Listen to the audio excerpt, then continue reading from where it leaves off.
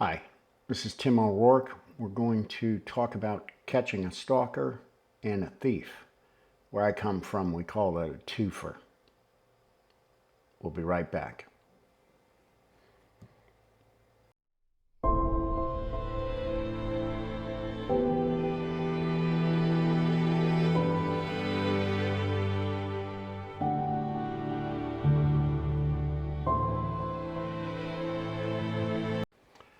Okay, so what happened here? Got a call. Individual thought they were being stalked. You see here in this picture is a video pole. Rides on a dolly video camera with lights underneath. And we have a monitor on the handle and we can inspect and see what's going on there.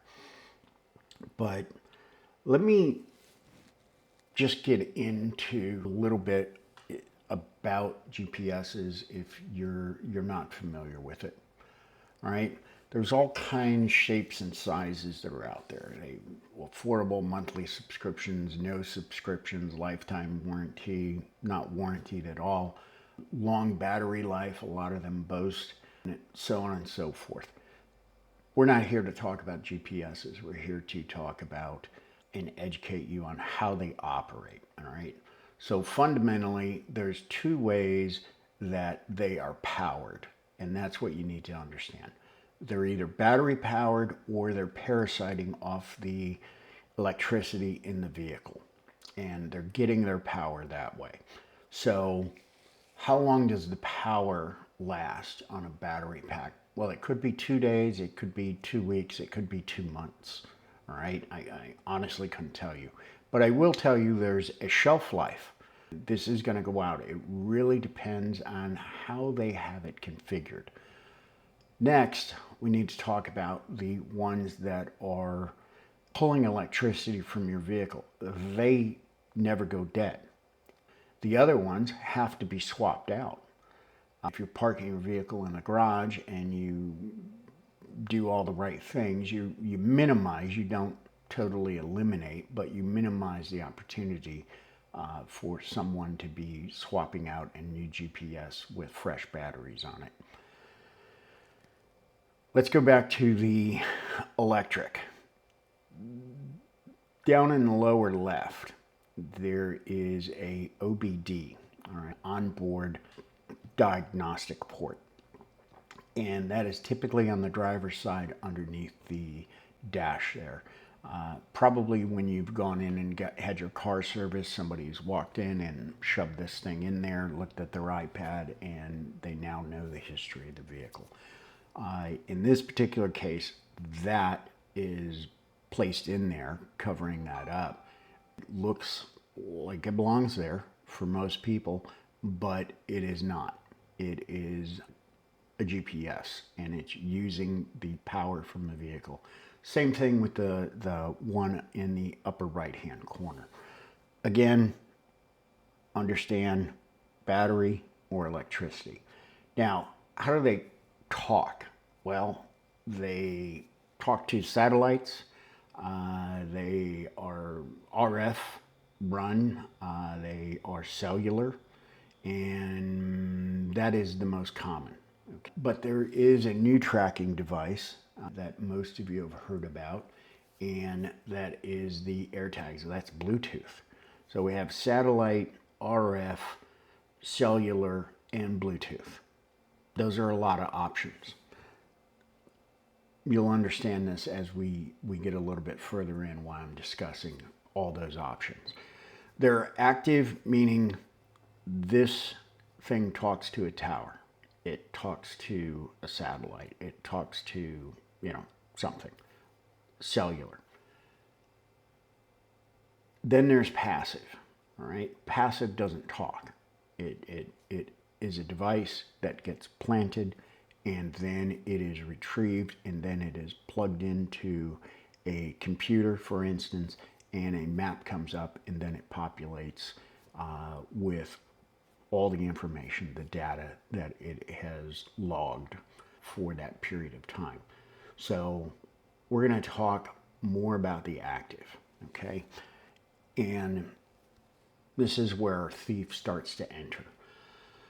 Pro and novice alike will set these GPSs up to get the longest battery life they can. So while the vehicle is parked, it's only signaling to the tower, Marco Polo, that it's there once an hour.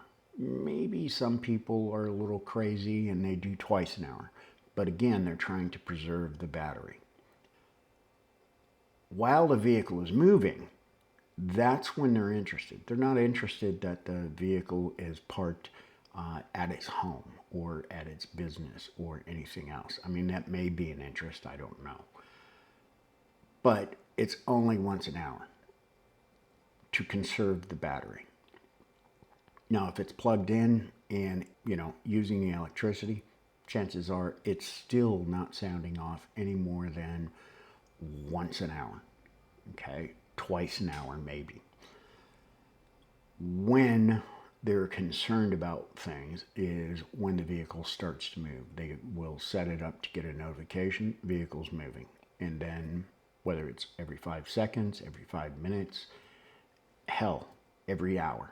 It really depends on what their particular interest is. There are legitimate reasons for these things to be out there. One of them being a fleet. On a fleet of vehicles, I want that vehicle to report to me, while it's moving every 5 minutes. Boom. Continuing. Where does the thief come in? Well, right here. The individual walked in the store, the client, and said, I believe I have a GPS on my vehicle. How can I find it? And the individual sold her a RF detector. I'm not saying it didn't work. I don't even, remember the brand. But remember what I said. She's sweeping the vehicle while it's parked. So it goes Marco Polo once an hour. It doesn't signal for another 59 minutes and whatever. Chances of that little cute toy over there, and that's not a picture of it, just something I threw in there, is very slim. Very slim. And even if it does, chances are it's not going to be noticeable enough. All right? So save your money. That's the moral of the story here. To give you a little bit more information on how all this stuff works, this is, if you remember back in school, all right, I know I'm taking some of you back a while, there is the electromagnetic spectrum. And this is how, radio waves, TV, cellular, everything travels around the world. What I want you to do is think of this as a yardstick. Now, the RF detector that you got on eBay or some other online outlet or at the local spy shop, it only covers so much of that yardstick. Do you see the problem here? There's Bluetooth, there's cellular, there's satellite, there's other RF frequencies, or it could be passively logging you, meaning it's not sending out a signal. And while the vehicle's parked, again, it's not singing. You're not going to see anything on this RF detector. So the moral of the story is keep your hard-earned money in your pocket, especially if you're looking for a GPS. She went in, specifically brought that up, and they sold her this. That's a thief, as far as I'm concerned. Just to give you a comparison, to the right is a spectrum analyzer. Looks at a lot of the electromagnetic spectrum. Looks at all these RF signals, Wi-Fi, cellular, doesn't care, satellite. And, wow, Bluetooth. I won't even break this out I may pull it out and set it up, but my attention is going to be on using other search tools because I know the chances of that thing going off while I'm checking the vehicle, while it's parked, is very, very slim. Very, very slim.